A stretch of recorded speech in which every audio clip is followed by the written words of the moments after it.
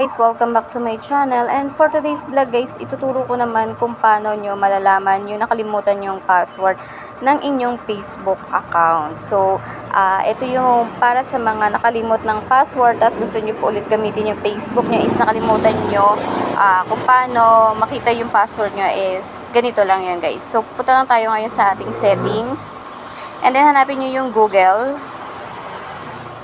Pag nandiyan na kayo sa Google, hanapin nyo yung autofill. Ayan. Tapos sa autofill, makikita nyo dyan yung nakalagay autofill with Google.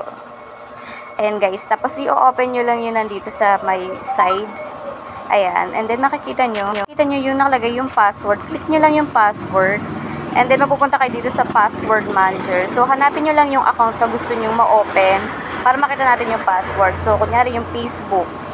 Ayan, nakalimutan nyo yung Facebook password nyo. Then, kung meron kayong PIN, i-enter nyo lang. And then, guys, ayan, makikita nyo na yung Facebook nyo. So, dalawa yung Facebook ko. Yung isa yung o-open natin. Ayan, makikita nyo dyan yung password. So, i-click nyo lang yung parang may eye. So, yun, para makita nyo kung ano yung password na ginamit nyo. So, ganun lang kasimple makita yung lumang password ng Facebook account nyo. So, ayan.